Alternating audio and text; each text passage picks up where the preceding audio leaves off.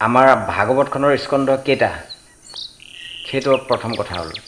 আমাৰ ভাগৱতৰ স্কন্ধ হ'ল 12টা, দ্বাদশ স্কন্ধ। এই দ্বাদশ স্কন্ধৰ যিখন শ্ৰীমদ ভাগৱত সেইখনেই হ'ল আমাৰ হিন্দু ধৰ্মৰ ধৰ্মীয় গ্ৰন্থ, প্ৰধান গ্ৰন্থ। চব গ্ৰন্থই ফেল এই ভাগৱত যিখন গ্ৰন্থ ভাগৱত পুৰাণ, এই ভাগৱত পুৰাণখনেই হ'ল আমাৰ এটা কলিৰ যুগৰ একমাত্ৰ ৰক্ষাৰ কৱচ। এই ভাগৱতখনক লৈয়ে আমি যে এই ভাগৱত ভ্ৰমণ যে কৰোঁ, বিভিন্ন ঠাইত দেখা যায় মানে 4জনে কান্ধত কৰিও এটা মণিকোট বনাই তাৰ ভিতৰত ভাগৱত লৈ ঘূৰাই ফুৰিছে। ইয়াৰ তত্ত্ব আছে। ভাগৱত ঘূৰোৱা আৰু ভগৱানৰ কান্ধত লৈ ঘূৰা একেই কথা। গতিকে সেই কৰ্মটো কৰাৰো এটা উপকাৰ আছে। উপকাৰেই নহয়, স্বীকৃতি অৰ্জন হয়, সেইটো কৰিব লাগে। আৰু এজন বৈষ্ণৱে যদি ভাগৱত যিটো শোভাযাত্ৰা ওলায়, এই ভাগৱত শোভাযাত্ৰাত যদি অংশগ্ৰহণ নকৰে তাৰ জীৱনটো বৃথা বুলি কৈছে। ভাগৱতৰ যিটো শোভাযাত্ৰা যে হয়, বাটে বাটে যে ভাগৱত যে লৈ ঘূৰি ফুৰে, তাৰ সেই শোভাযাত্ৰাত ভকত বৈষ্ণৱে কিন্তু কি কৰিব লাগিব, মানে শোভাযাত্ৰাত অংশগ্ৰহণ কৰিব লাগিব। সেইটো কৰাটো মানে মানুহৰ জীৱনৰ লগত জড়িত হৈ আছে ধৰ্ম কৰ্ম, আৰু সেইটো কৰাটো উচিত। সেইটো নকৰিলে জীৱনটোৱে বৃথা বুলি কৈছে। কাৰণ ভাগৱতক অনুসৰণ কৰে, ভগৱানৰ পিছে পিছে যাব লাগিব, তেহে জীৱন সাৰ্থক হ'ব। আমি এই যিটো আমাৰ গ্ৰাহক গজেন্দ্ৰৰ উপাখ্যানটো সেইটো চাওঁ। ইয়াৰ পৰা আমি জ্ঞান কি পাওঁ দেখা যাওক। পৰীক্ষিত ৰজাই শৃংগীমণিৰ অভিশাপত অভিশপ্ত হৈ তেওঁ 7 দিন 7 ৰাতি কি কৰিছিলে, ভাগৱত শ্ৰৱণ কৰিছিলে। যিটো 7 দিন 7 ৰাতি ভাগৱত শ্ৰৱণ কৰিবলৈ আমি সিদ্ধান্ত কৰিছিলোঁ, শ্ৰৱণটো নহ'ল, কিবা এটা অসুবিধা দেখা দিলে, যাৰ কাৰণে আৰু ভাগৱত পাঠেই নহ'ল। আকৌ কেতিয়াবা সুবিধা পালে আমি ভাগৱতৰ সেই ভাড়া পূৰণ কৰিব লাগিব। 7 দিনীয়া ভাগৱতটো ঘড়ী চাই ভাগৱত পাঠ নহয় বোলে, ইমানটা বাজিল, ইমান দেৰি হ'ল, এইবিলাক ভাগৱতৰ সেইটোৰ ব্যাখ্যাই নহয়। ভাগৱত যোনে শুনিব তাৰ এক মন এক চিত্তে ইয়াত মনোযোগ দিব লাগিব, সিহে ভাগৱতৰ মানুহ। যোনে ঘড়ী চাব ৰাতি বহুত হ'ল হেনে তেনে, ই ভাগৱতৰ মানুহেই নহয়। ৰাজাৰ ভাৰতী শুনি ব্যাসেৰ নন্দন, আৰম্ভিলা গজনক্ৰ উদ্ধাৰ কথন। শুন ৰাজা এক মনে হয়ে অৱহিত, গজনক্ৰ মুক্তি কহিব নিশ্চিত। কি কৈছে, পৰীক্ষিত ৰজাই এই যে 7 দিন 7 ৰাতি যে ভাগৱত পাঠ কৰিছিলে, সেই পাঠতেই গ্ৰাহ আৰু গজেন্দ্ৰৰ আখ্যানটো পৰীক্ষিতক শুনাইছে। শুনাওঁতে তেতিয়া তাকে কৈছে যে, মহাৰাজ মই গ্ৰাহক গজেন্দ্ৰৰ যিটো আখ্যান, সেই আখ্যানটোৰ ওপৰত আলোকপাত কৰিছোঁ। আপুনি নিশ্চিত মনে এইটো ভালমতে শুনক, আপোনাৰ মুক্তি অৱশ্যম্ভাৱী, আপোনাৰ মুক্তি হ'বই, খালি আপুনি মনোযোগেৰে শুনক। ত্ৰিকুট নামেতে আছে মহাগিৰি বৰ, বেষ্টিত কৰিয়ে তাহা ক্ষীৰোদ সাগৰ। অযুত যোজন উৎস সমান প্ৰসৱ, লোহৰূপ হিৰণ্ময় তৃণ শৃংগধৰ। প্ৰসৰ তৃণধৰ। অযুত যোজন উৎস সমান প্ৰসৰ, লোহৰূপ হিৰণ্ময় তৃণ শৃংগধৰ। এটা আছিলে, পৰ্বত আছিলে অতীতত। পৰ্বতৰ নাম আছিলে ত্ৰিকুট পৰ্বত। ত্ৰি মানে 3, কুট মানে শৃংগ। 3টা শৃংগ থকা এটা পৰ্বত আছিলে। সেইটোৰ ওপৰত শৃংগ গম পোৱা গৈছেনে? পৰ্বতৰ ওপৰত জোঙা অংশ থাকে যে, মন্দিৰৰ নিচিনা জোঙা। ত্ৰিকুট নামৰ যিটো পৰ্বত, তাতো 3টা শৃংগ আছিলে। আৰু শৃংগকেইটাৰ সৈতে পৰ্বতটো দেখিবলৈ ইমান ধুনীয়া আছিলে। আৰু শৃংগকেইটা কিহেৰে তৈয়াৰ হৈছিলে? ইয়াত কৈছে লৌহ ৰূপ হিৰণ্ময়, ৰূপ আৰু হীৰাৰে গোটেই পৰ্বতখন খচকিত কৰা আছিলে, সজুৱাই থোৱা আছিলে। ৰূপও আছে আৰু হীৰাও আছে। এই গোটেইকেইটাৰে কি কৰিছে, শৃংগটো ধুনীয়াকৈ সজোৱা আছিল। অপৰূপ গিৰি সেই বৰ্ণনে না যায়, নানা ৰত্ন ধাতু তাৰ অংগে শোভা পায়। আৰু অন্যান্য যিবিলাক ধাতু আছে আমাৰ গহনা গাঁঠৰি বনোৱা যিবিলাক পিন্ধা ধাতু এনেধৰণৰ সোণো আছে তাৰ মাজতে গোটেই ধাতু দি মানে পাহাৰটো কি ধুনীয়াকৈ সজোৱা আছিলে মানে সেই পাহাৰখনত অতীতৰ কথা কৈ আছে এইটো সত্য যুগৰ কথা তাতে এতিয়া দিনত হ'লে পাহাৰটো কি হ'লেহে বাৰু খান্দি জেচিবি লগাই খান্দি চব ডাম্পাৰ ভৰাই লৈ গুচি গ'লহেঁতেন আৰু তেতিয়া কি হৈছিলে এনেধৰণৰ হীৰা মুকুতা থকা পৰ্বতখনকো কি কৰিছে কোনোৱে লোপ কৰা নাছিলে ইমান এটা সত্যৰ যুগ যাক কৈছে চব সত্যত থাকে বাটত যদি টকা 100 পাওঁ এই টকাটোকো পাৰিলে মানে উঠাই চিধা পকেটত ধৰিম কোনোবা লগৰটোৱে সুধিলেও নকওঁ যে এইটো টকা 100 পাইছোঁ কাৰণ এতিয়া গম পালে তাকো ভাগ দিব লাগিব কিন্তু আগৰ সত্য দিনৰ মানুহ হ'লে সেই টকাটো হাতত নলৈ আগতে সুধিলে দেই এই টকাটো 100 পৰি আছে এইটো কাৰ পকেটত তোৰ পকেটৰ পৰা পৰিছে নেকি বা এই পইচাটো তোৰ নেকি মানে কৈ বিল্লা কৰি দিব তেতিয়া মালিক ওলাই যাব কিন্তু এতিয়া কথা হৈছে কি কাৰ আঁৰত কোনে মাৰি পকেটত ভৰাব সেইটো মিছাও মাতিব পাৰে গতিকে আগৰ দিনৰ এই ধন ৰত্ন থকা পাহাৰ এখনো মুক্তভাৱে পৰি আছে কোনোৱে একো ধান্দা নকৰে কত বৃক্ষ কত লতা কত গুল্ম ছয় নিৰ্ঝৰৰ সহিত ঝৰে কোঠা নদী বয় পৰ্বতটো মানে বৰ একদম এটা ধুনীয়া ঠাই য'ত নেকি গ'লে মানুহৰ মন মুহি পেলাব পাৰে ইমান সুন্দৰ পৰিৱেশ তাত ইফালে পানী বৈ আছে কুলু কুলু খুৰু মানে ঝৰ্ণাবিলাক বৈ আছে কোনোবা ফালে চৰাই চিৰিকটিয়ে গান গাই আছে চিক চিক চাক চাক কত ৰকমৰ মানে মন মুহি পেলোৱা তাত পৰিৱেশটো ইমানেই ভাল কোঠা মৰকত হীৰা কোঠা বা কাঞ্চন ভুৰি ভুৰি সে পৰ্বতে ৰহে সুশোভন অপ্সৰ কিন্নৰ আৰু যত বিদ্যাধৰ প্ৰেয়সী লৈয়া শৃংগে কৰে বিহাৰ আকৌ তাত কি কৰিছে বিভিন্ন ধৰণৰ মানে ৰক্ষ যক্ষ গন্ধৰ্ব দেৱতা এই সকলো আহে তাত ফুৰিবলৈ কাৰণ তাত পৰ্বতটো ইমান ওখ যে তাত মানুহ যোৱাটো সম্ভৱ নহয় উঠাটোৱেই মানে অসুবিধা দেৱতা আদি কৰি যক্ষ ৰক্ষ তেওঁলোকে কি মায়াবী তেওঁলোকে অন্তৰ্ধান হৈ গৈ জেগাত গৈ আৱিৰ্ভাৱ হৈ যায় উৰিও যাব পাৰে তৎক্ষণাত গতিকে তেওঁলোকে আহিব কি আহিলৈ ইয়াত তেওঁলোকে মানে বহি জিৰাব গান বাজনা কৰিব বিভিন্ন ধৰণৰ আনন্দ কৰে ত্ৰিকুট পৰ্বতৰ ওপৰত তাত মানে ধুনীয়া পৰিৱেশ আছে পঢ়িব পৰা খেলিব পৰা কেহ বা বাজায় বিনা কেহ কৰে গান প্ৰেয়সী লৈয়ে কেহ কৰে মধুপান আকৌ কিছুমানে কয় আমাৰ যে আজিকালি দীঘলী পুখুৰীত যে জোৰা পাতি পাতি বহি থাকে তেনেকুৱা ছিষ্টেমো তাত আছিলে সেইবিলাকৰ পৰা ধাৰ কৰিছে নেকি মানুহে ঠিক নাই আৰু তেওঁলোকেও মানে লগত প্ৰেয়সী লৈ আহিব আহি এই ত্ৰিকুট পৰ্বতৰ ওপৰত বহি বিভিন্ন ধৰণৰ প্ৰেমালাপ কৰিব দেৱতাবিলাকে গবৰ আছিলা তাৰ অতি ভয়ংকৰ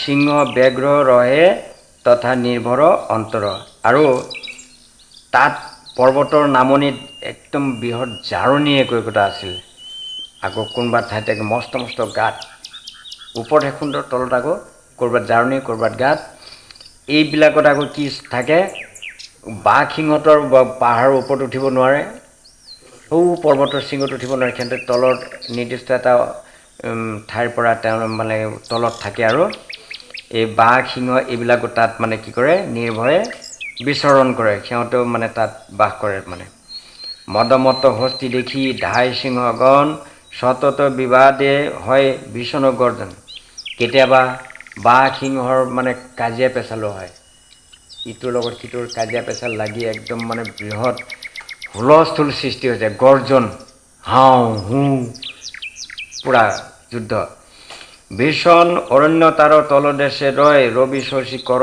তথা প্ৰৱেশনা হয় ইমান ডাঠ বননি তাত মানে সূৰ্যৰ পোহৰ পৰ্যন্ত নপৰে তলত ইমান ডাঠ তলত সূৰ্যৰ পোহৰ পৰ্যন্ত নপৰে ৰ'দেই নাপায় কোনোদিনো সিংহের উপরে রহে দেবেরও কানন দেবসহ ক্রীড়া করে দেবাঙ্গনাগণ ছয় ঋতু এককালে সেই স্থানে রয় এই জন্য ঋতুমত নাম তার হয় ছয় ঋতু কি আছিলে গ্ৰীষ্ম বৰ্ষা শৰৎ হেমন্ত শীত বসন্ত আমাৰ ইয়াত 2 মাহত এটা ঋতু হয় 12 মাহত 6টা ঋতু, 2 মাহত এটা ঋতু, গতিকে 12 মাহত 12টা। এতিয়া বৰ্তমান কি ঋতু চলি আছে?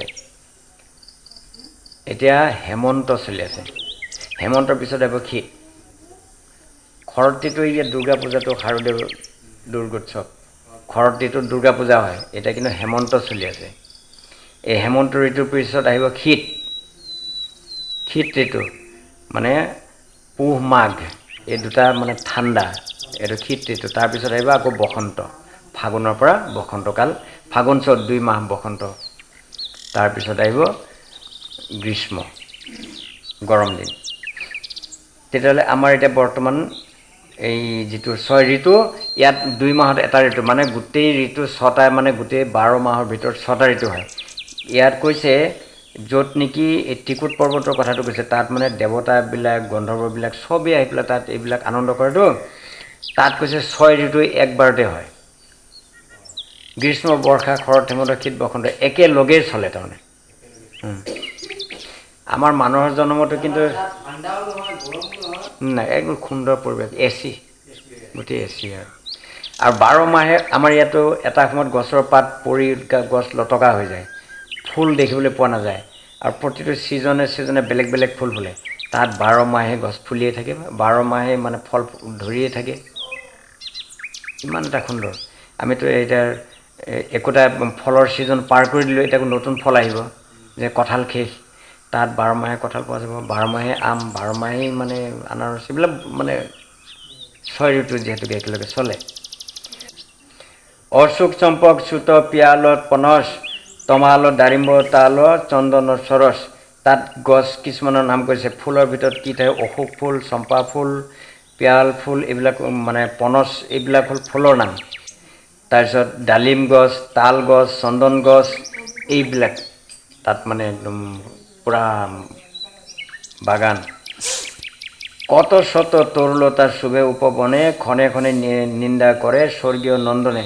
যে ইমান সুন্দৰকৈ সজোৱা হৈছে, ভগৱানে মানে ইমান সুন্দৰ এটা উপহাৰ দিছে, স্বৰ্গতকৈও মানে সৌন্দৰ্য বেছি বুলি কৈছে। সে হেন পৰ্বতে ৰহে এক সৰোবৰ, সুবৰ্ণ পংকজ ফুটে তাহাতে বিস্তৰ। পদুম ফুল মানে সি পৰ্বতৰ ওপৰত এটা সৰোবৰ আছে। সৰোবৰ মানে কি? পানী থকা ডাঙৰ বিল, মস্ত ডাঙৰ বিল। যিটো বিল বুলি ক'লে ভুল হ'ব, এইটো নদীৰ সদৃশ। ডাঙৰ ডাঙৰ মানে বিল থাকে কিছু, যিটোক নদীৰ লগত তুলনা কৰিব, বৃহৎ, তাৰ পাৰাপাৰ দেখা পোৱা নাযায়, মানে ইমান ডাঙৰ, জাল দি মাৰাও সম্ভৱ নহয়। হা, এই মানে পৰ্বতৰ ওপৰত যিটো সৰোবৰ বা বিল আছে, এই বিলটোত পদুম ফুল ফুলি থাকে অনবৰতে। পদুম ফুলবিলাক আকৌ কিয় কৈছে? সোণৰ। আচ্ছা, সেইখন বিলত যদি আমি গৈ পাওঁগৈ, কি কৰিম বাৰু? পদুম ফুল আগত ছিগা ধান্দা কৰিম, কাৰণ সোণৰ। হা, সোণৰ পদুম ফুল। প্ৰথমতে আমি পদুম ফুল ছিগা ধান্দা কৰিম। যেনেকৈ আন নহ'লেও 2 মোনা আনি ল'ব পাৰিলে আৰু লাইফ হৈ যায়। আমাৰ আগত তেনেকুৱা বিল ওলালে আমি কি কৰিম? আকৌ চুৰ কৰা ধান্দাহে ল'ম। সেইকাৰণে আমি দেখি এইটো ঠাইলৈ যোৱাটো সম্ভৱ নহয়। ভগৱানে জানেই তহঁতৰ চৰিত্ৰ বেয়া আছে, তহঁতৰ সেইটো সুবিধা দিয়া নহ'ব। তহঁতক এই গোবৰৰ খালৰ পেলাই থ'ম, ইয়াতে খুচৰি থাক। আমি গোবৰ খালতহে পৰি আছোঁ এতিয়া। অতি স্বচ্ছ জল তাৰ স্ফটিকৰ সম, দেখিলে তাৰ সবাৰ হয় কাছ বলি ভ্ৰম। পানীখিনি ইমান পৰিষ্কাৰ, একে নদীৰ তললৈকে মানে চব দেখা পায়, জল জল পটপট, যেন আইনা, যে আইনাৰ মাজেৰে দেখিলে আমি যেনেকৈ শিপাৰ বস্তু চব স্পষ্ট দেখা পাওঁ, ঠিক তেনেকৈ এই সৰোবৰটোৰ বা বিলটোৰ পানীখিনি ইমান পৰিষ্কাৰ যে তলৰ মাটি পৰ্যন্ত স্পষ্ট দেখা পায়। ইমান সুন্দৰ। তাতে পদুম ফুল ফুলি আছে, সোণৰ পদুম ফুল। একো কথা। ৰাজহংস চক্ৰ বাক সাৰসী সাৰস, সুখে সৰোবৰে ভাসে হৈয়ে সৰস। তাত বিভিন্ন ধৰণৰ মানে সুন্দৰ সুন্দৰ পাখীবিলাক থাকে, চৰাই, লগতে ৰাজহাঁহ এইবিলাকে ক'ত কি তাত ধুনীয়াকৈ এই বিলটোত মানে চৰেহি। দেখিবলৈ মানে এনেই মানে পৰিৱেশটো সুন্দৰ, তাতে ৰাজহাঁহ পানী যেতিয়া চৰিছে তাক দেখিবলৈ কেনেকুৱা লাগিব, বৰ সুন্দৰ এটা পৰিৱেশ। একদা তাহাৰ তীৰে এক কৰিবৰ কৰি নিৰে সহ আছে নিৰ্ভৰ অন্তৰ। সেই সৰোবৰটো য'ত পানী থকা সোণৰ পদুম ফুল থকা সৰোবৰটো, বিলটো চবেই চকু মুদি বুলি বহি থাকিলে নহ'ব, চকু মেলি শুনিব লাগে। চকু মুদিলে টোপনি যোৱা বুজায়। এইটো যিটো কথা কৈ আছে এইটো আমাৰ কথাই কৈ আছে, বেলেগৰ কথা নহয়। মই ভাঙি দিম পিছত কেনেকৈ আমাৰ কথা কৈ আছে। এইটো সেই সৰোবৰটো যে, এই সৰোবৰটো আমাৰে বস্তু। এইটো এই সৰোবৰটো দেখুৱাম আৰু পদুম ফুলটো দেখুৱাম আৰু মানে বাকী কি কি আছে কি নাছে এয়া চব দেখুৱাম ইয়াত। অকণমান মনোযোগ দি শুনি ল'ব লাগিব। টোপনি মাৰা নহয়, এইটো যিটো কৈ আছে এইটো টোপনি ভাঙাহে বস্তু। এইটো কি কৈছে, কৰি মানে কি, হাতী। এদিন এটা দুৰ্দান্ত হাতীয়ে কৰিছে কি, তাৰ মানে হাতীনীক লৈ, পোৱালি জীয়ালি লৈ মানে প্ৰায় 100-150 তাৰ পৰিয়াল, সেই পৰিয়ালটোক লৈ মানে সেই বিলটোৰ পাৰতে সি হাজিৰ হৈছে। যিটো পাহাৰৰ মাজত যিটো বিল, এই বিলটোত গৈ পেলাই হাজিৰ হৈছে মানে গোটেই পৰিয়াল লৈ। তাকো হাতীটোৱে এনেকুৱা মানে দঁতাল হাতী, মস্তান আৰু সি যোনফালে যাব, বাঘ সিংহ আগত এইবিলাক তাৰ ভয়ৰ বস্তু নহয়। তাক দেখা পাইহে আগতে মানে দৌৰা ঢাপৰা লাগি যায়গৈ। সেইটো মানে ইমানেই দুৰ্দান্ত, তাৰ মানে অৱস্থা দেখিলে বাঘ সিংহে আগতে পলায়, নহ'লে তাক চেপেটা কৰিব লাগিব। আৰু সি যিহেতুকে লিডাৰ, তাৰ কথা মতে মানে গোটেই যিটো হাতীৰ জাকটো তাৰ পিছে পিছে গৈ থাকিব। সি যোনফালে যাব সেইফালে, সি যিটো কয় চবেই তাকে মানিব। সিহঁতে গৈ গৈ গৈ গৈ দুপৰীয়াৰ সময়ত ৰ'দ যেতিয়া বেছিকৈ উঠিছে, ৰ'দৰ সময়ত মানে কি হৈছে, পানী পিয়াহ লাগিছে। ইয়াতে পানী বিচাৰি বিচাৰি বিচাৰি গৈ সেই বিলটোৰ পাৰত গৈ হাজিৰ হ'লগৈ। এই বিলটো কোনটো, আমাৰ মাজত এই বিলটো আমাৰ মাজতো আছে, যিটো বিলৰ পাৰত আমিও মানে পানী খোৱাৰ হেঁপাহত বহি আছোঁ দেই। এই পানীৰ যেতিয়া পিয়াহ লাগিছে, পানীৰ পিয়াহ পলাবলৈ গৈ মানে তেওঁলোকে পানী বিচাৰি বিচাৰি বিচাৰি গৈ সেই বিলৰ পাৰত গৈ হাজিৰ হ'লগৈ। বিলৰ পাৰত গৈ দেখিলে তাত বিলৰ পাৰত একদম ধুনীয়া ধুনীয়া ডাঙৰ ডাঙৰ গছ, ফুল লাগি আছে, ফল লাগি আছে, কিবা যিবিলাক নেকি বনৰীয়া গছ, তাতো ফল মূল লাগি আছে। সেইবিলাকো খাইছে, হেঁপাহ পলুৱাই খাইছে। খাই লৈ তাৰপিছত মতা হাতীতে কি ডাঙৰ ডাঙৰ গছত ঠালি চালি মানে ধাম ধুম ভাঙি পেলাই দিয়ে, আৰু বাকী পোৱালি জালি মাইকীহঁতে মানে দগৰি খায়। সি মানে এইবিলাক প্ৰায় 15-20 দিনমান তাত থাকিলে একে ঠাইতে। খানা বেছি পাইছে যে তাতে দিনটো খাব আৰু তাতে শুব। সেই মানে পৰ্বতৰ নামনিতে তেওঁলোকে মানে তাতে ঘাটি পাতি লৈ তাতেই থাকিলে 20 দিন। আৰু জেগাখিনি একেবাৰে মানে যিটো সৌন্দৰ্য আছিলে বৰবাদ কৰি পেলাইছে। গছকি ফেনেকি গছৰ ঠানি চানি ভাঙি য'তে ত'তে জংঘল কৰি একদম বৰবাদ কৰি পেলাইছে। আৰু সিহঁতে কৰিছে কি, সেইখিনি ঠাইতে যোনখিনি ঠাইত সিহঁতে গৈ মানে এই আশ্ৰয়টো লৈছে, সেইখিনি ঠাইতে 2টা ঘাট আছে। এই ঘাটত কৰে কি, দেৱতাবিলাকে আহি তেওঁলোকে গা ধুৱে। গা পা ধুই কৰি তেওঁলোকে আকৌ ইয়াৰ পৰা গুচি যায়। সেই গন্ধৰ্ববিলাকে আহিব, নিৰ্দিষ্ট সময় থাকে, গন্ধৰ্বসকলো আহি ইয়াত গা পা ধুব, ধুই কৰিলে তেওঁলোকে গুচি যাব। এই পৰিৱেশ চলি আছে। এই ঘাটটোতে গৈ সিহঁতে কৰিলে কি, পানী খোৱাৰ সুবিধাটো কৰি ল'লে। দুপৰীয়া যেতিয়া ঘাঁহ পানী ফল মূল খাই লৈ পানী পাই লাগিব নহয়, গৈ সেই ঘাটত গৈ তাত মানে পানী খাব, গা ধুব। গৰমত ঠাণ্ডা পৰিৱেশ, কি ধুনীয়া পৰিৱেশ। গতিকে সিহঁতে তাত গা ধুই কৰি মানে খেলা ধূলা কৰিব, পানীত নামি সিহঁতে সাঁতুৰি নদীৰ ফূৰ্তি, সিহঁতেও ফূৰ্তি কৰে। কৰি লৈ তাতে পানী দুনি খাব, খাই কৰিলে আকৌ বামলৈ উঠি আহি আকৌ মানে ঘাঁহ যিবিলাক পাত চাত গছৰ ঠানি ঠানি ভাঙি খাব, খাই লৈ আকৌ তাতে শুই থাকিব। এই এনেকৈ কৰোঁতে কৰোঁতে এদিন কৰিলে কি, সেইদিনাখন বৃহৎ ৰ'দটো তাপ বেছি। সিহঁতে প্ৰায় 9টা-10টামান বজাতে গৈ নামিলেগৈ গোটেই দলটো। নামি লৈ এনেকুৱা মানে খেলা ধূলা আৰম্ভ কৰিছে। খেলোঁতে সিহঁতৰ মানে যথেষ্ট সময় পাৰ হৈ গ'ল। তাৰপিছত কৰে কি, এই যে পদুমবিলাক যে ফুলি আছে, এই পদুম ফুলবিলাক কৰে কি সুৰ দি ধৰি ছিগি আনে চকাটো যে পদুম ফুলৰ যিটো গুটি, এই গুটিটো মানে খাই ভাল পায় সিহঁতে। এইটো কৰি আছে ধেমালি আৰু মানে পেট ভৰোৱাৰ যিটো সিহঁতৰ মানে পদুম ফুল খোৱাৰ হেঁপাহ, এইটো মানে পূৰণ কৰি আছে। এনেকৈ কৰোঁতে মানে পদুম ফুল বিচাৰি প্ৰথম ওচৰৰ পৰা যিখিনি আছে সেইখিনি খালে। এতিয়া আৰু বিচাৰিবলৈ হ'লে অকণমান দহলৈ নামি যাব লাগিব। এই এনেকৈ যিমানে মানে পদুম ফুলৰ চকা শেষ হৈ আছে সিমানে সিহঁতে দহলৈ গৈ আছে। যাওঁতে মানে সিহঁতৰ মানে ডিঙি ওলাই থকা পানী, সিমান পানীত নামিছেগৈ। দুৰ্ভাগ্যবশতঃ সেইখিনিতে আছিলে মস্ত এটা ঘঁৰিয়াল। এতিয়া বেছি পানী নামিব পৰা কেপাচিটি হ'ল মতাটোৰ, কাৰণ সি ওখ পাখ মানে মস্তান। বাকীখিনি অকণমান মানে তাতকৈ চাপৰ, সিহঁতে বেছি পানীত নামা নাই, ইহে বেছি পানীত নামা।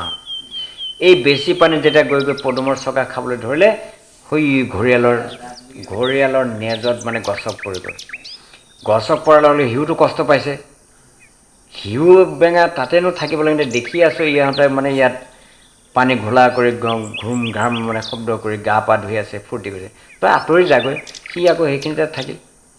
গৈ পেলাই তাৰ নেজতে যেতিয়া মানে গছকটো পৰিলে, সিটো মানে কষ্ট পায় একদম আৰ্তনাদ কৰি মানে বাচিবলৈ বিচাৰিছে। সিও উপায় নাপায় দেখিলে যে নাই, এতিয়া এনেকুৱা গছক পাইছে, এটা ইমান ডাঙৰ হাতীৰ গছক জানো সি সহ্য কৰিব পাৰে জানো? উপায় নাপায় ঘূৰি আহি মাৰিলে তাৰ ভৰিত কামোৰ মাৰি পেটে যে ধৰিছে, আৰুতো নেৰে। হাতীয়ে ভাবিছে সৰ্বনাশ, এইটো আকৌ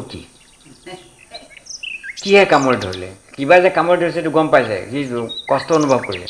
উপায় নাপায় সি কৰিলে কি বামত আহিব বিচাৰিছে।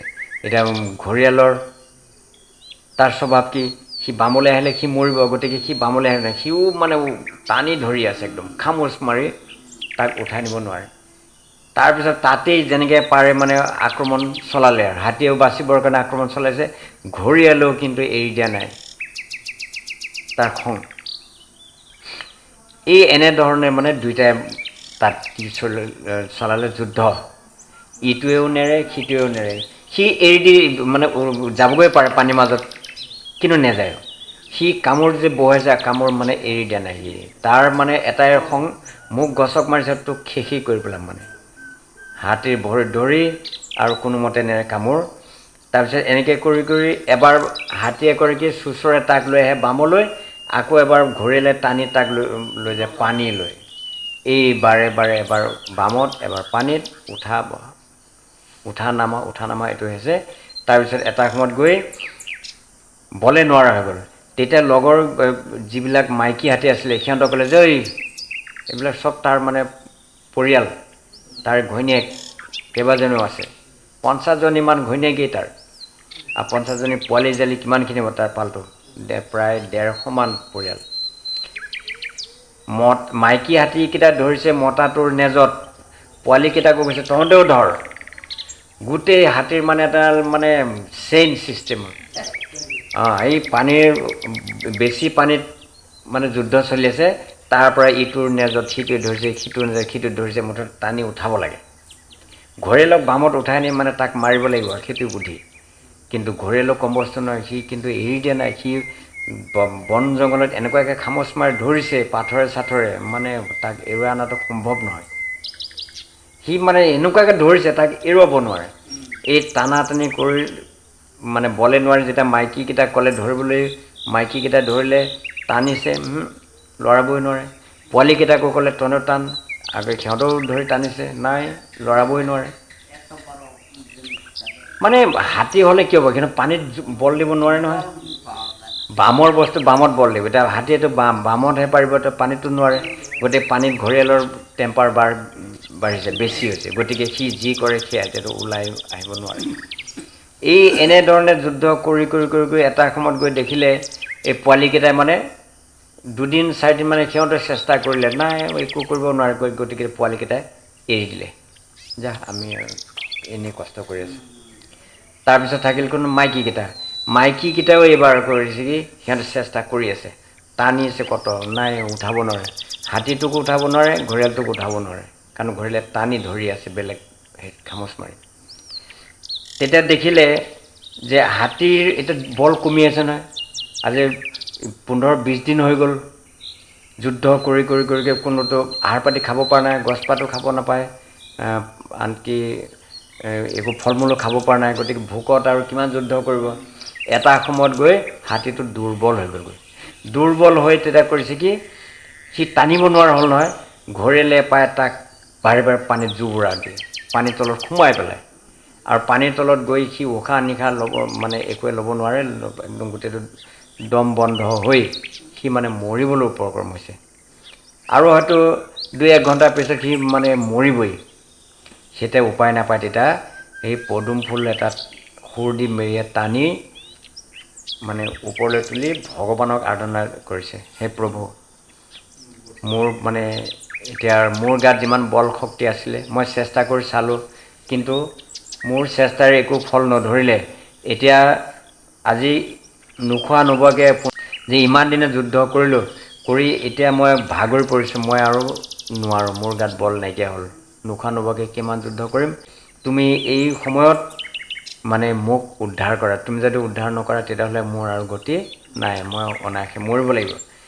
এই তাৰ কাতৰ অনুৰোধ শুনা পাই নাৰায়ণে কৰিছে কি, বৈকুণ্ঠৰ পৰা গৰুড় পক্ষীৰ ওপৰত বহি আহি গ'ল, পোনছাতে আহি সেইখিনি ঠাইত মানে নামিলে। নামি কৰি কি কৰিলে, এই হাতীটোকে আৰু মানে ঘৰিয়ালটোক দুয়োটাকে উঠাই নিছে, আনি চক্ৰ দি পেলাই ঘৰিয়ালৰ মুখখন ফালি তাৰ ভৰি মানে এৰুৱাইছে। কিন্তু ভৰি এৰুৱাইছে, ইমান দিনে যুদ্ধ কৰিছে, তাৰ গাটো তেজ গৈ গৈ গৈ কি হৈ গ'ল, দুৰ্বল হৈ গ'লগৈ। তাৰপিছত লাষ্টত মানে সি মৰিয়ে থাকিল। হাতীটো মৰি গ'ল, মানে দুৰ্বল হৈ পানী দুনি খাই খাই মানে সি নোখোৱা নোবোৱাকৈ পানী খাই মানে মৰিলে। আৰু ইফালে ঘৰিয়ালটোতো মুখখন ফালি দিছে, সিটো এনেও মৰিব। সেই তেতিয়া হাতীটো মৰি যোৱাৰ পিছত যেতিয়া পৰি যোৱাৰ লগে লগে তাৰ পৰা আত্মাটো ওলাই আহিলে। আত্মাটো ওলাই আহি এটা দেৱ পুৰুষলৈ আৱিৰ্ভাৱ হৈছে। আগত ঠিক তেনেকৈ ঘৰিয়ালটো যে মৰিলে তাৰো আত্মাটো আছে নহয়, সেই আত্মাটো ওলাই আৰু এটা দেৱতাৰ সৃষ্টি হৈছে। 2 দেৱতাৰ মানে ভগৱানক নমস্কাৰ জনাইছে, প্ৰভু আজি ইমান দিনে অপেক্ষা কৰিছিলোঁ আপোনাৰ কাৰণে, আজি অতদিনৰ আশা, অতদিনৰ দুখ কষ্ট আজিৰ পৰা কি হৈছে, পৰিত্ৰাণ পালোঁ। গতিকে আমাক অনুমতি দিয়ক, আমি যাতে যাব পাৰোঁ। ভগৱানে ক'লে তথাস্তু, যোৱা, তোমালোকৰ নিজৰ নিজৰ জেগালৈ যোৱাগৈ। তেতিয়া এটাই গ'লগৈ দেৱলোকলৈ আৰু এটা গ'লগৈ গন্ধৰ্ব লোকলৈ। দেৱলোক আৰু গন্ধৰ্ব লোক কিন্তু বেলেগ বেলেগ। গন্ধৰ্ব আৰু দেৱতা দুটাৰ অকণমান ভাগ আছে, সেইবিলাক পিছত বুজা যাব বাৰু। এতিয়া সেইখিনিকে কৈছে, সুখে সৰ্বৰে ভাসে হইয়া সরস, একদা তাহার তীরে এক করি বড় করিণীর সহ আসে নির্ভর অন্তর, মদমত্ত সেই হস্তি করিয়া স্ফালন, বৃক্ষ গুল্মলতা ভাঙ্গে করিয়া ধারণ, হস্তিরে নেহারি ধায়ে যত মৃগপতি, নাহি সাধ্য সম্মুখীন হয় হস্তি প্রতি, গন্ধে বহে মদ বাড়ি ভীষণ গর্জন, অকালে প্রলয় মেঘ যেন সংঘটন, একদা মধ্যাহ্ন যবে উত্তপন তপন, বিতৰিল সেই অৰণ্যে ভীষণ কিৰণ। তাৰমানে এইদিনাখন এই যে কথাটো কৈছিল যে গৰম, অতিমাত্ৰা গৰম হ'ল, গৰম হোৱাৰ পিছত সিহঁতৰ অতিষ্ঠ হৈ পৰিল, মানে গৈ উপায় নাপায় চবেই পানীত নামি গা পা ধুবলৈ ধৰিলে, পানী খাব ধৰিলে। মদে মাতি সেই কালে সেই কৰি বৰ স্নিগ্ধ হইতে প্রবেশিলা জলের ভিতর, জলে পরিয়া করি প্রসারিয়া কর, জলকেলি করে পদ্ম ছিগিয়া বিস্তর। সেয়া পদুম ফুল ছিগি ছিগি খাইছে আৰু মানে খেলিছে। সরোবর মাঝে ছিল কুম্ভীর ভীষণ, পাইল ভীষণ ব্যথা হস্তির কারণ, সুখে ছিল সরোবরে নাহি ছিল ভয়, হস্তির দলনে তাহা কষ্ট এত হয়, সেই হেতু না রাখে নক্র বিস্তারিত বদন, ধরিল ভীষণভাৱে গজেৰ চৰণ। আচলতে এই গজ মানে হাতীটো কোন আছিল? হাতী কেনেকৈ হ'ল আৰু এই ঘৰিয়ালটো কোন আছিলে ইন্দ্ৰদ্যুম্ন নামৰ এজন ৰজা আছিলে ৰজা হৈও তেওঁ কিন্তু ভকত আছিলে আৰু মানে সদায় কি কৰে ভগৱানৰ আৰাধনা কৰে তেওঁ ৰাজ কৰ্ম কৰাৰ মাজে মাজে আকৌ কৰে কি গৈ এই পাহাৰৰ মানে তেওঁৰ ৰজাৰ যিটো দায়িত্ব সেই দায়িত্বখিনি পালন কৰি লৈ তাৰপিছত সন্যাসী ড্ৰেছ পিন্ধি তেওঁ একদম পাহাৰলৈ গুচি যায় পাহাৰত গৈ পাহাৰৰ গুহাত এডোখৰ ঠাই বনাই লৈছে সেই ঠাইত বহি সদায় মানে ভগৱানৰ আৰাধনা কৰে এনেধৰণে কৰোঁতে এদিন হ'ল কি এটা অঘটন ঘটিল